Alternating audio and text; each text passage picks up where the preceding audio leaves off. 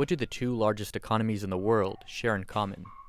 For one, a fervent passion for orchestra music. At the Julliard School's 2018 Focus Festival in New York, China today, there are few traditional Chinese instruments on stage. But that doesn't make the performances, assembled by Chinese composers, any less Chinese.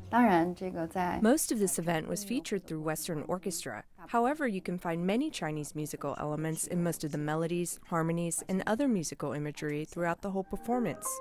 Joel Sachs, director of the festival and professor of music history, notes that one popular phenomenon among the festival's composers, and in Chinese music more broadly, is the use of nature images as a starting point for their compositions.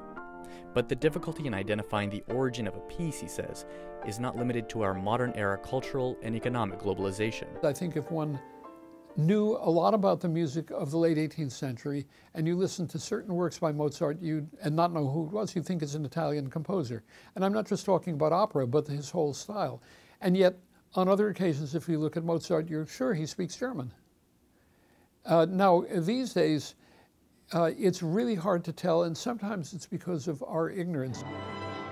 Chen Lin, one of China's most prominent young conductors and professor at the world-acclaimed Central Conservatory of Music in Beijing, conducted 3 works by influential contemporary Chinese composers Chen Qigong, Guo Wenjing, and the late Qiu Qian'er. The opening number can be roughly translated as chaotic picking, one that requires an infectious energy on stage.